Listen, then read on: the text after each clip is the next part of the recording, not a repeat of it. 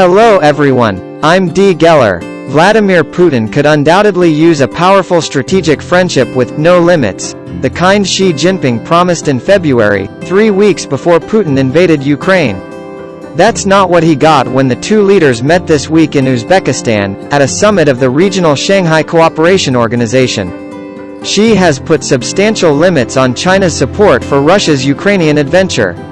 He's obeyed the West's retaliatory sanctions without endorsing them. He's lapped up Russian oil at discounts of around 25% but showed no interest in buying the assets that global energy majors like BP, Shell and Total Energies are divesting within Russia. The lukewarm embrace reflects China's behind-the-scenes discomfort with Russia's aggression, says Maria Shigina, a sanctioned scholar at the London-based International Institute for Strategic Studies. China is interested in shaking up the world order, but not in Russia's way, she says. It also reflects Russia's little leverage, stuck in slow-growth resource dependency while China emerged as an economic and technological superpower. What Putin has to give is cheap oil. That's about it, says Craig Kennedy, an associate at Harvard's Davis Center for Russian and Eurasian Studies.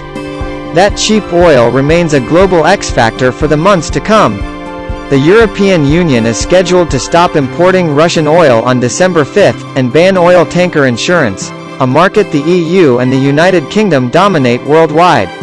China could in theory pick up some of the slack, but it already buys most of the crude shipped from Russia's Pacific ports, and is ill-positioned to import from the bigger European terminals, Kennedy says. Beijing's transport fleet is weighted towards supertankers that can't sail through the Black Sea or the Baltic. Any incremental barrel will have to come from Europe, but on the whose boat? He asks rhetorically. Russia and China are fated to be allies, notes Alexander Gabuev, a senior fellow at the Carnegie Endowment for International Peace. They have a 2,500-mile land border, complementary economies, and of course a common rival in the US despite its failures in Ukraine. Moscow also has military technology that Beijing wants, such as fighter jets and hypersonic missiles, he says. Cooperation on the ground has gone at a snail's pace, however. Putin announced a pivot to Asia for Russian energy resources in 2014, after his first invasion of Ukraine. Last year, the Power of Siberia pipeline delivered all of 8 billion cubic meters of natural gas to western China. Exports to Europe were around 150 BCM. The Power of Siberia should reach 38 BCM over the next few years, says Anne-Sophie Corbeau, a scholar at Columbia University's Center on Global Energy Policy. Power of Siberia 2 could add another 50 BCM a decade from now. That project remains on the drawing board, however, as the two sides wrangle over the endpoint. Moscow wants to extend it to eastern China, so it has the future option of shipping to Japan or South Korea. Behind those details lurk more fundamental considerations, Corbeau adds. Does China want to become more dependent on Russia?